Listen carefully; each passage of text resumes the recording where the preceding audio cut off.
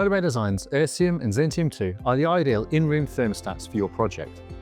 Interfacing them with the electromechanical elements of your project's heating system is achieved with a UMC2, Polar Bear Design's Universal Management Controller, which we'll be introducing in this video.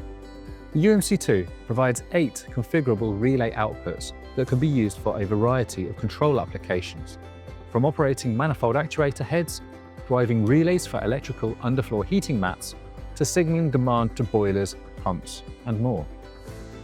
There's also an extra 9th relay that's designed to signal collective demand, ideal for manifold pumps and valves.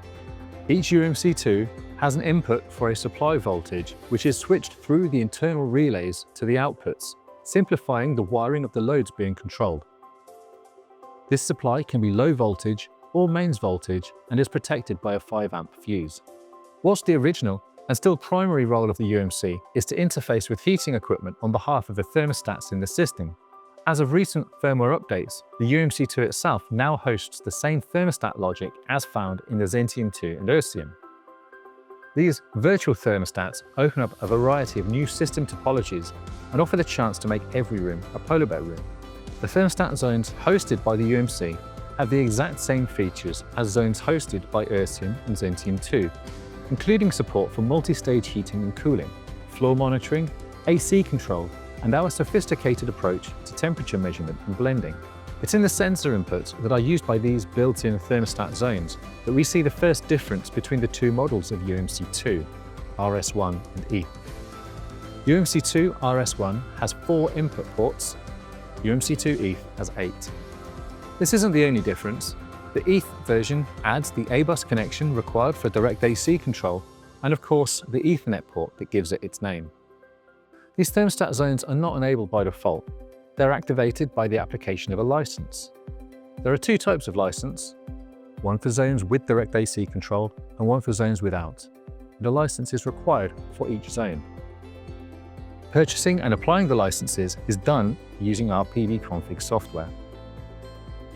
PBconfig is also how the UMC2 is configured. In essence, the process involves binding each output relay to a demand signal from one of the thermostats on the bus, so that when there is a demand in place, the relay is activated. It's also possible to bind a relay to a collective demand, such that when there is a call for a service from any thermostat, the relay can respond to it, which is ideal for house-wide services such as hot water or for triggering central shared components such as boilers. UMCs have 2 modes, standard and master. Most UMCs are deployed in standard mode, where the device monitors the traffic on the comms bus and responds accordingly. Master mode is used to promote one UMC to be the source of that traffic and take responsibility for communications on the bus. It is this feature that allows for a completely standalone installation. So, the UMC is a companion to our thermostats, and whilst it doesn't appear on every project, it is a key component in standalone heating control projects.